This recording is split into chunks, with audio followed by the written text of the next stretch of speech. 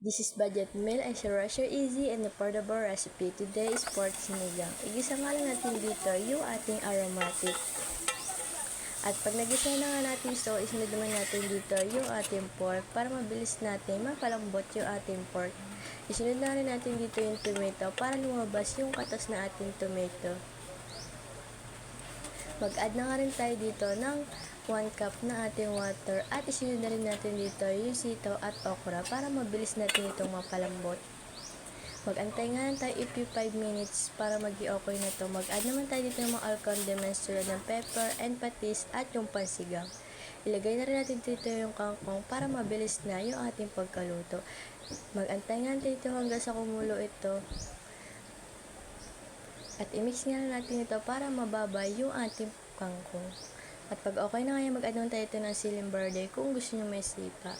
At magpa-plating naman tayo ito, ipilay